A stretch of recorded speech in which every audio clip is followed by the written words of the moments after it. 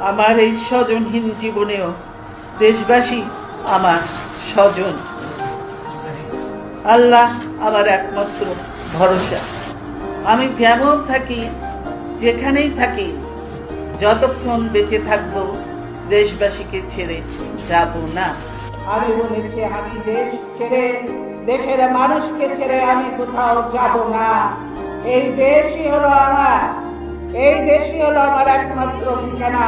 দেশের বাইরে আমার কোনো কিছু নেই, আমার কোনো ঠিকানা নেই। এই দেশ, এই দেশের মাটি, মানুষই আমার সবকিছু। কাজে আমি দেশের বাইরে যাব না। আমরা আপনার জন্য দোয়া করি, মহান আল্লাহ তাআলা আপনাকে যেন বেহেশতে নসিব করে, জান্নাতুল ফিরদাউস দান করেন। আমিন।